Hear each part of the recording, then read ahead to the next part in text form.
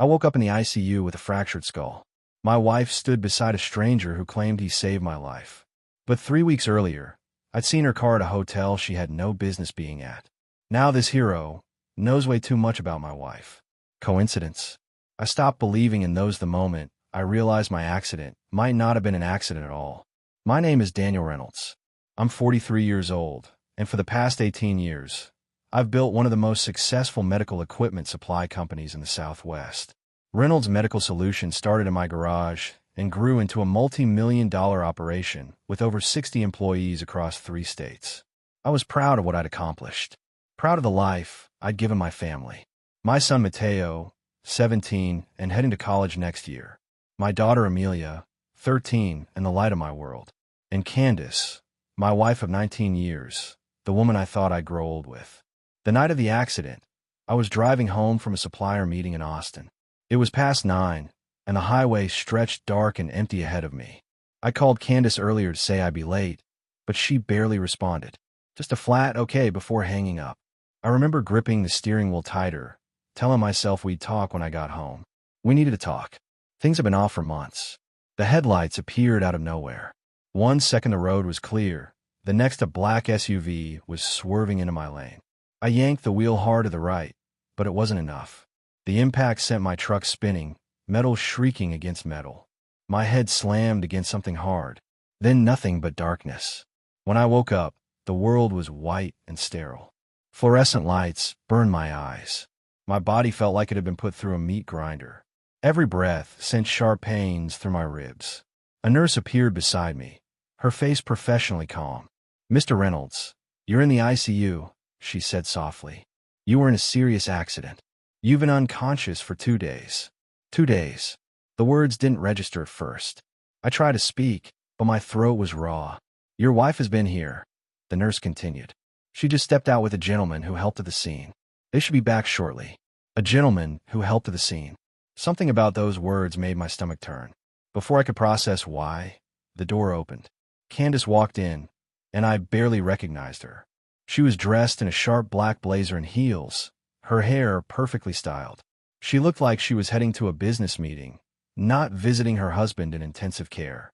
"Dan," she exclaimed, rushing to my bedside. Her hand grabbed mine, but the touch felt rehearsed. "Thank God you're awake. I've been so worried." Behind her stood a man I'd never seen before.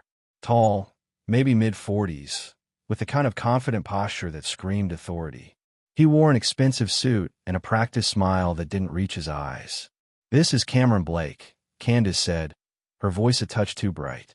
"He witnessed the accident and stayed with you until the ambulance arrived. He even rode with you to the hospital." Cameron stepped forward, extending his hand before realizing I couldn't shake it. He let it drop. "Glad to see you're conscious, Dan. That was a nasty collision. You're lucky to be alive." I stared at him, my foggy brain trying to make sense of it all. Something felt wrong. The way Candace stood just a bit too close to him. The way her eyes darted between us. The way this stranger knew my name like we were old friends. "Thank you," I managed to rasp out, watching Cameron's face carefully. He nodded, but there was something cold in his expression. Something that made every instinct in my battered body scream danger. Cameron didn't stay long.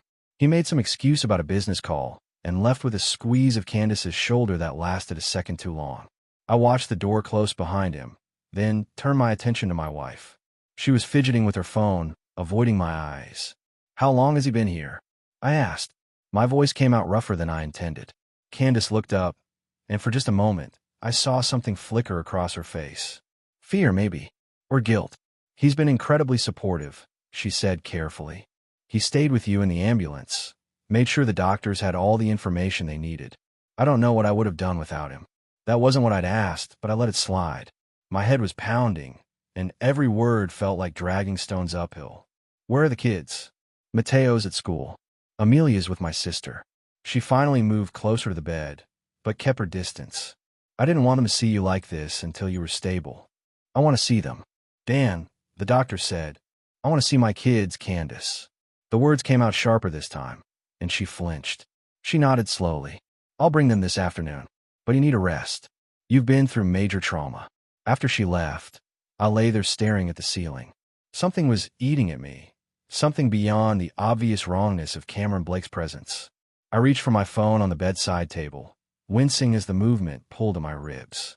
The screen was shattered but still functional. I scrolled through my recent calls and messages, looking for something, anything that might explain this gut feeling. Then I saw it. A text message I'd started typing the night of the accident but never sent. It was addressed to Candace. "We need to talk about the man I saw you with at the Riverside Hotel." The Riverside Hotel. The memory hit me like a freight train.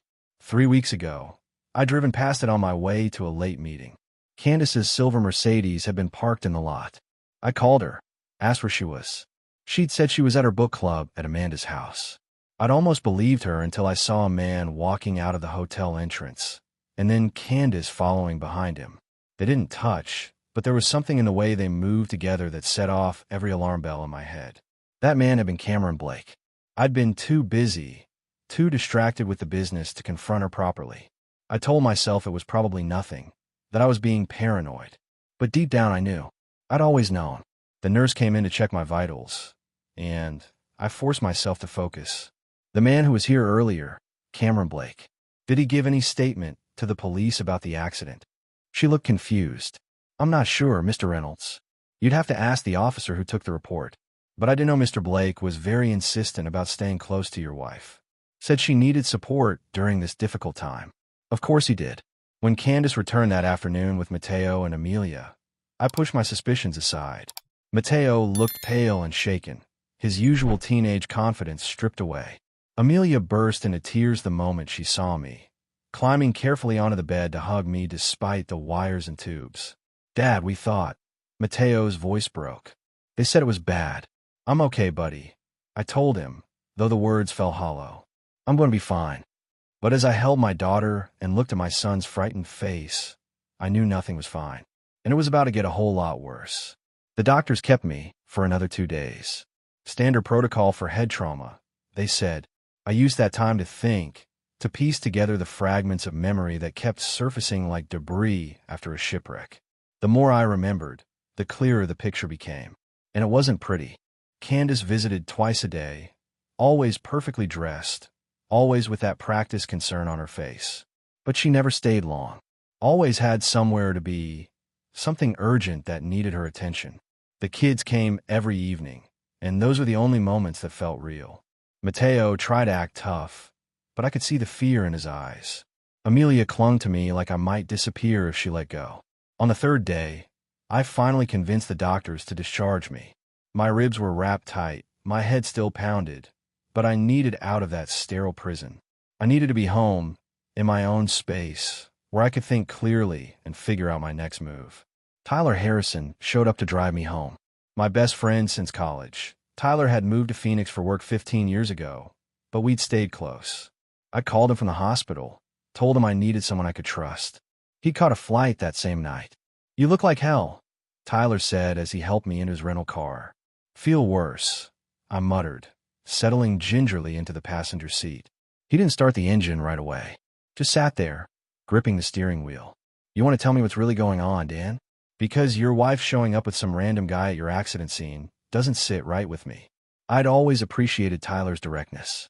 No sugarcoating, no dancing around uncomfortable truths. "I think Candace is having an affair with him. Cameron Blake. I saw them together at a hotel 3 weeks ago." Tyler's jaw tightened. "You sure?" "No, but my gut is." I told him about the text message I'd started to write, about Cameron's convenient presence at the crash. When I woke up in that ICU and realized my wife's lover might be responsible for putting me there, I knew I had to act. I just don't know how yet. "First thing we do is get proof," Tyler said, starting the car. "You can't go to war on a hunch. We need evidence." The drive home took 40 minutes. When we pulled into my driveway, I noticed Candace's Mercedes wasn't there. The house felt empty when we walked in, though Amelia's backpack sat by the stairs and Mateo's basketball shoes were kicked off near the door. "Kids at school?" Tyler asked. "Should be." I checked my phone. No messages from Candace about where she was. Par for the course lately. Tyler helped me settle on the couch, then disappeared into the kitchen. He came back with water and painkillers. "You need anything else, you tell me. I'm staying at the Hampton Inn, but I'm 5 minutes away." "Thanks, man. I mean it." After he left, I sat in the quiet house and let the reality sink in. My wife was lying to me, possibly conspiring with another man to do God knows what. My business, my assets, my kids, everything I'd built over 2 decades was potentially at risk. The old Dan would have confronted her directly, demanded answers, made a scene. But I wasn't that man anymore. The crash had changed something in me, made me colder, more calculating. If Candace wanted to play games, I'd play. But I'd play to win. Candace came home an hour later, her arms full of shopping bags. She looked surprised to see me on the couch. Dan, I didn't expect you home until this evening. She set the bags down, and I caught a glimpse of expensive clothing through the tissue paper. How are you feeling? Like I got hit by a truck, I said evenly. Where were you? Just running errands. I needed to pick up a few things. She gestured vaguely at the bags. Do you need anything? Are you hungry? I watched her move through the kitchen, all nervous energy and forced brightness. This wasn't the woman I'd married. That Candace had been warm, genuine, present. This person was a stranger wearing my wife's face. We need to talk, I said. Her hand stilled on the refrigerator door. About what? About Cameron Blake. The color drained from her face, but she recovered quickly. What about him? He helped save your life, Dan. How do you really know him, Candace? I kept my voice level, reasonable. And don't feed me that line about him being a good Samaritan. I want the truth. She turned to face me fully, and I saw something flicker in her eyes. Calculation. She was weighing her options, deciding which lie to serve me. He's a business consultant. I met him at a networking event 6 months ago. What kind of consulting? Corporate restructuring, mergers and acquisitions, that sort of thing. She crossed her arms defensively. Why are you interrogating me? Because I saw you with him, Candace, at the Riverside Hotel 3 weeks ago. Her face went pale, then flushed red. You were following me? I was driving past. Your car was there. Then you walked out with him. I leaned forward despite the pain shooting through my ribs. So let's try this again. How do you really know Cameron Blake? It was a business meeting, she said, but her voice had lost its conviction. We were discussing investment opportunities. At a hotel. At night. It was convenient. Dan, you're reading way too much into this. I pulled out my phone, pulled up the unsent text message, and showed her. Then explained this. Why was I about to confront you about him the night of my accident? Candace stared at the screen, and for a moment, I thought she might break. Might finally tell me the truth. Instead, she straightened her shoulders and looked me dead in the eye. I don't know what you wanted to say. You've been paranoid for months, seeing problems where there aren't any. Maybe the accident messed with your head more than the doctors thought. It was a masterful deflection. Turn it around, make me the problem, make me doubt my own perceptions. In the past, it might have worked. Not anymore. Get out, I said quietly. What? I said get out. Go to your sister's. Go to a hotel, I don't care. But I want you out of this house until I figure out what's really going on. You can't kick me out of my own home. Watch me. I stood up, ignoring the pain. You've got 30 minutes to pack a bag. Then I'm calling the police and telling them you're trespassing. Dan, you're being ridiculous. 29 minutes, I said, my voice hard as granite. She stared at me like I'd grown a second head. Then, without another word, she grabbed her purse and stormed upstairs. I heard drawers slamming, closet doors banging. 15 minutes later, she came down with a suitcase, her face a mask of cold fury. You're going to regret this, she said at the door. Maybe, I replied, but at least I'll regret it with a clear conscience. The door slammed behind her, and I sank back onto the couch, my whole body trembling. It was done. The first move had been made. Now I needed to figure out my next one before she and Cameron made theirs. The kids came home to find me alone on the couch, ice pack pressed against my ribs. Amelia dropped her backpack and ran to me, her face crumpling with concern. Dad, where's Mom? She asked. She's staying with Aunt Linda for a few days, I said, smoothing her hair back. We both need some space to think. Mateo stood in the doorway, his jaw tight. He was 17, old enough to read between the lines. You two fighting. Something like that, buddy. Come sit down. We need to talk. I'd rehearsed this conversation a dozen times in my head, trying to figure out how much to tell them. Too much would destroy their image of their mother. Too little would leave them confused and scared. I settled somewhere in the middle. Your mom and I are having serious problems, I said carefully. I don't know if we're going to work through them. But whatever happens between us, it doesn't change how much we both love you too. Is it because of that Cameron guy? Mateo asked bluntly. My stomach dropped. You know about Cameron? Mom's been talking to him on the phone a lot. Like all the time. She thinks I don't notice, but I do. His face hardened. Is she cheating on you? I looked at my son, seeing the anger and hurt warring in his expression. He deserved the truth, or at least part of it. I think so, yes. But I'm still figuring out exactly what's going on. Amelia started crying softly. I pulled her close, feeling my heart break for the 100th time that week. I hate her, Mateo said, his voice sharp with teenage fury. No, you don't. She's still your mother. Whatever mistake she's made, that doesn't change. I met his eyes. But I need you to be strong right now. For your sister and for me. Can you do that? He nodded stiffly, then grabbed his backpack and headed upstairs. Amelia stayed curled against me until she fell asleep, exhausted from crying. I carried her up to her room, tucked her in, then returned to the living room where Tyler was waiting. That went about as well as could be expected, Tyler said quietly. Yeah. I dropped back onto the couch, suddenly exhausted. What did you find? Tyler opened his laptop. Cameron Blake, 55 years old, originally from Chicago.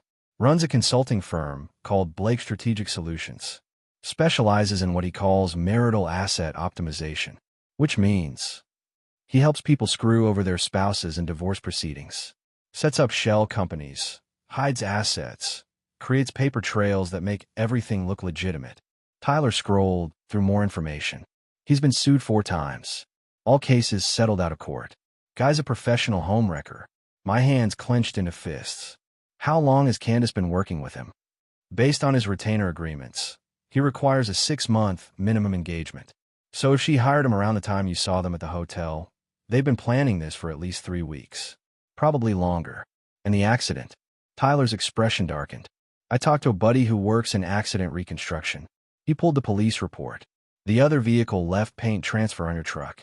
Black paint, consistent with a late model SUV. Cameron Blake drives a black Range Rover. The room spun. He ran me off the road. Looks that way. Can't prove it yet, but we're working on it. The next morning, I forced myself to go into the office. Reynolds Medical Solutions occupied a modern building on the outskirts of Phoenix, employing 63 people who depended on me to keep the lights on. I'd built this company from nothing, and I'd be damned if Candace and Cameron were going to take it from me. My operations manager, Sarah Chun, took one look at me and frowned. Boss, you should be home recovering. I'm fine. I lied, easing into my desk chair. What's happened while I was out? Nothing major. The Austin contract went through. We got 2 new clients starting next month. She hesitated. Your wife called yesterday.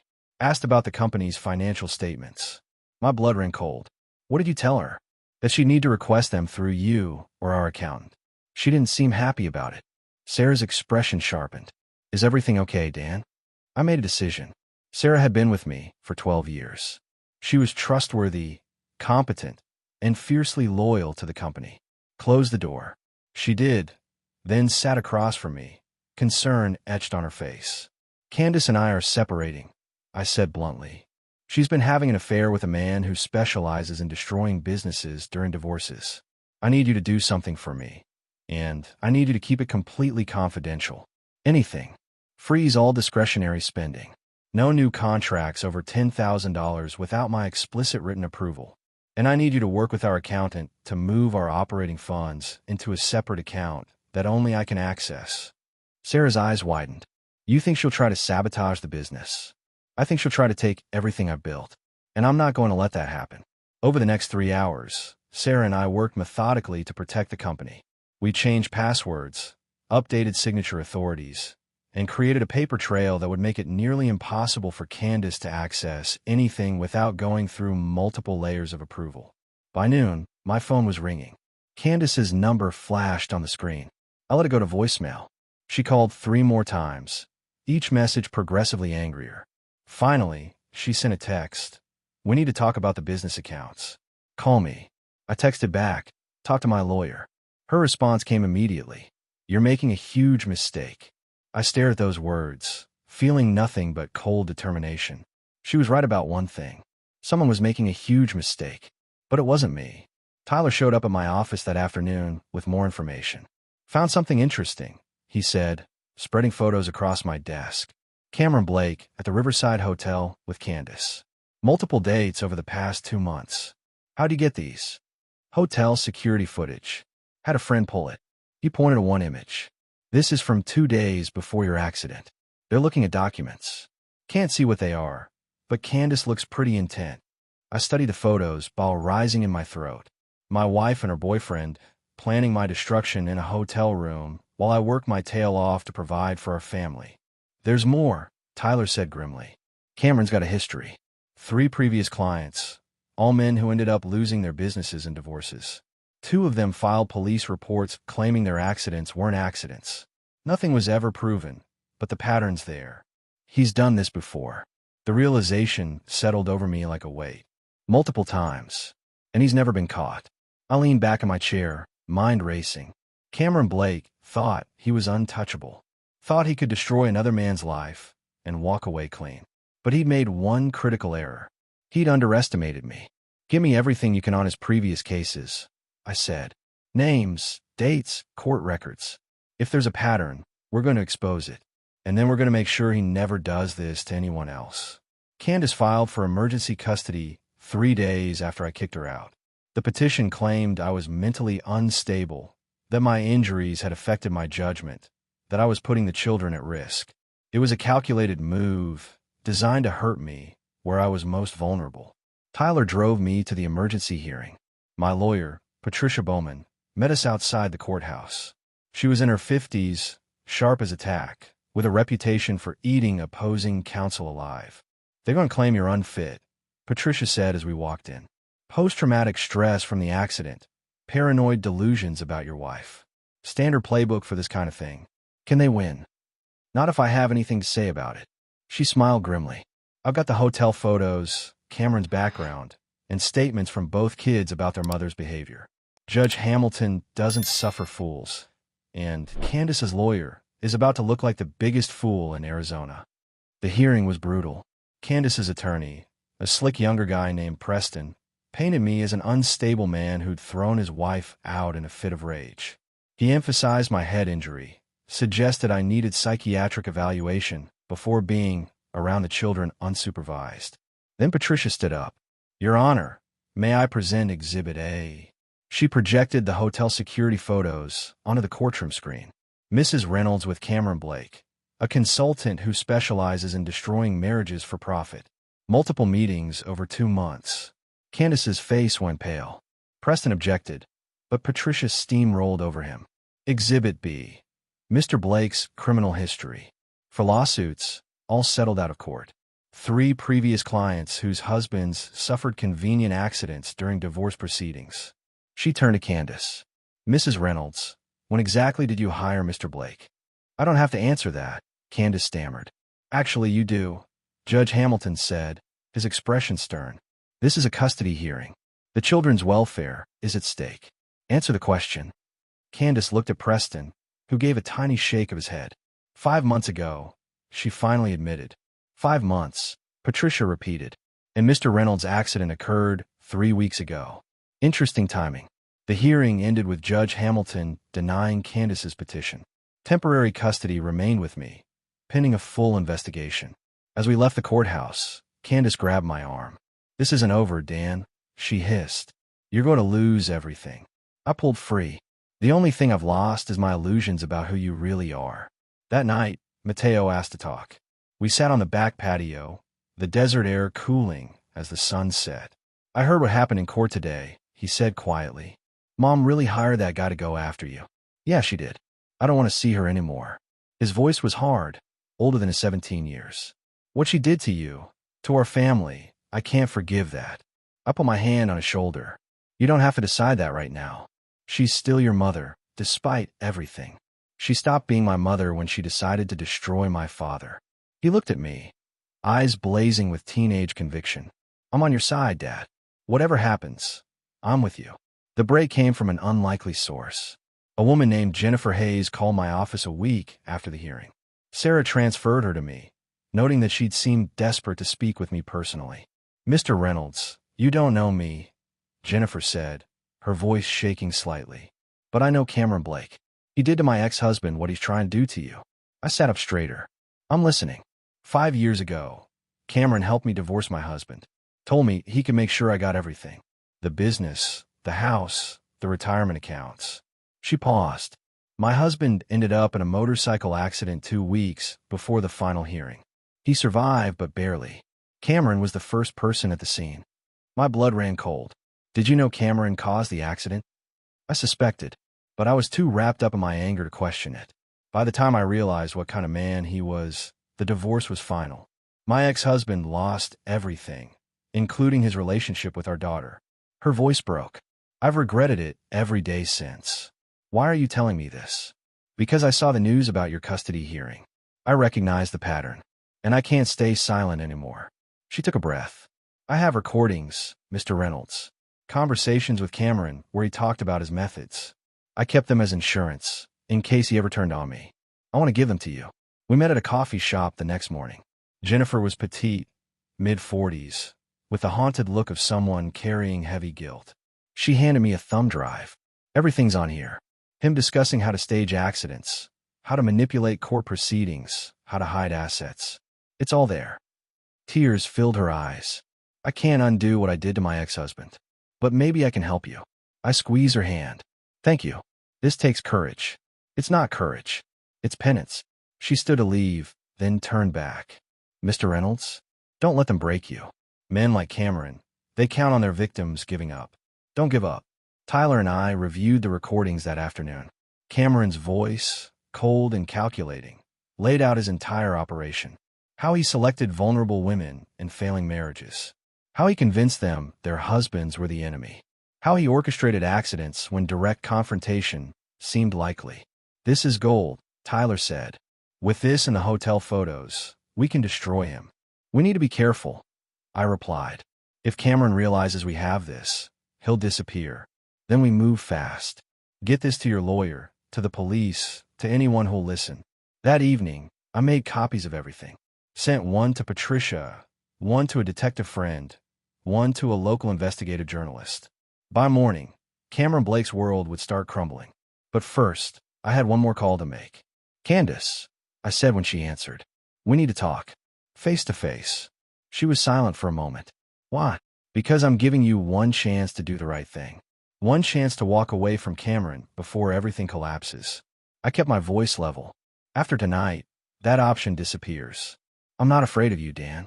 You should be afraid of the truth. It has a way of destroying everything in its path. We agreed to meet at a neutral location, a park near our old neighborhood. I brought Tyler as backup, and Candace came alone. She looked different than she had just weeks ago. Thinner, with dark circles under her eyes, and none of her usual polish. What do you want? She asked, arms crossed defensively. I handed her a tablet with the recordings queued up. Listen to this. All of it. Then tell me if you still want to stand by Cameron Blake. Candace listened to the recordings in silence, her face growing paler with each minute. When Cameron's voice described staging accidents, manipulating court proceedings, and destroying families for profit, she closed her eyes. He told me it was all legitimate. She finally said, her voice hollow, that we were just protecting my interests in case of divorce. Did you really believe that? I asked. Or did you just not want to know the truth? She looked at me then, really looked at me, and I saw something I hadn't seen in months. Genuine emotion. Regret, maybe, or just fear of what was coming. What happens now? She asked quietly. Now you have a choice. I took the tablet back. You can keep standing by Cameron, keep lying, and watch everything collapse around you. Or you can tell the truth. Cooperate with the investigation. Testify about what he told you, what he planned. He'll destroy me if I turn on him. He's already destroyed you, Candace. You just haven't realized it yet. I stood up. The police already have these recordings. They're coming for Cameron, probably within 48 hours. The question is whether you're going down with him, or whether you're going to save yourself and think about our children for once. Tyler had been standing at a distance, giving us privacy. Now he approached, handing Candace a business card. That's Detective Morrison. He's handling the investigation into your husband's accident. Call him before Cameron lawyers up and pins everything on you. Candace stared at the card, her hands trembling. I never wanted anyone to get hurt. I just wanted out. Then you should have asked for a divorce, I said. Instead, you hired a criminal and nearly got me killed. She started crying then, real tears that smeared her makeup. I'm sorry, Dan. God, I'm so sorry. Sorry doesn't fix this. But the truth might. I turned to leave, then stopped. The kids deserve better than what you've become. If you have any love left for them, do the right thing. 2 days later, Cameron Blake was arrested at his office. The charges included conspiracy to commit murder, fraud, and racketeering. Jennifer's recordings, combined with Candace's testimony, built an airtight case. Candace had called Detective Morrison the night of our meeting, spent 6 hours giving a statement, and agreed to cooperate fully. The betrayal cut deep, Cameron's lawyer argued, but the evidence was overwhelming. 3 previous cases with similar patterns. Financial records showing payments to associates who'd staged the accidents. And Candace's testimony about what Cameron had told her about removing obstacles. Mateo watched the news coverage with grim satisfaction. Good. I hope he rots in prison. Amelia was quieter, processing everything in her own way. She'd asked to see Candace once, a supervised visit where her mother had apologized and tried to explain. Amelia had listened, then said simply, "You hurt Dad. You hurt all of us. I don't know if I can forgive that." 18 months later, I stood in the empty warehouse that would become Reynolds Medical Solutions' new distribution center. The company had grown 30% since the divorce, landing contracts with 2 major hospital networks. Turns out, almost dying and then publicly fighting off a conspiracy makes for good press. The divorce had been finalized 8 months ago. Candace received a small settlement and supervised visitation with the kids. Cameron Blake was serving 27 years in a federal prison, and 3 of his previous victims had filed civil suits. Jennifer Hayes had become an unlikely friend, helping other survivors of similar schemes find their voices. Mateo had just finished his first semester at Arizona State, studying business. He called every Sunday, and we'd started rebuilding the relationship that had been strained by years of my workaholism. Amelia was thriving in high school, playing soccer and acting in the drama club. She still had therapy once a week, working through the trauma of watching her family implode. Tyler had moved back to Phoenix, becoming Reynolds Medical's chief operating officer. He stood beside me now, reviewing the warehouse plans. "You did good, Dan," he said. "Most guys wouldn't have survived what you went through. Didn't have a choice. Had 2 kids counting on me. That's what made the difference. You fought for something bigger than yourself." My phone buzzed. A text from Amelia. "Dad, can we do movie night tonight? Mateo's coming home for the weekend." I smiled, typing back, "Absolutely. Your pick." Tyler noticed my expression. "The kids." "Yeah, family movie night." I pocketed the phone. You know, for a while there, I thought Cameron and Candace had destroyed everything. But they didn't. They just burned away the parts that weren't real. Heavy philosophy for a Tuesday. I'm a changed man. I grinned. "Come on, let's finish this walkthrough. I've got a date with my kids, and whatever terrible movie Amelia picks." As we walked through the warehouse, I thought about the journey that had brought me here. The accident, the betrayal, the fight for my family and my company. It had nearly broken me. But nearly isn't the same as completely. I'd learned that strength isn't about never falling down. It's about getting back up, even when every bone in your body screams to stay down. It's about protecting what matters, fighting for truth, and refusing to let someone else's darkness extinguish your light. That night, with Mateo and Amelia on either side of me on the couch, arguing good-naturedly about whether we were watching a comedy or action movie, I felt something I hadn't felt in years. Peace. Not the absence of problems, but the presence of purpose. Cameron and Candace had tried to take everything. Instead, they'd given me something unexpected, clarity, about who I was, what I valued, and what kind of man I wanted to be.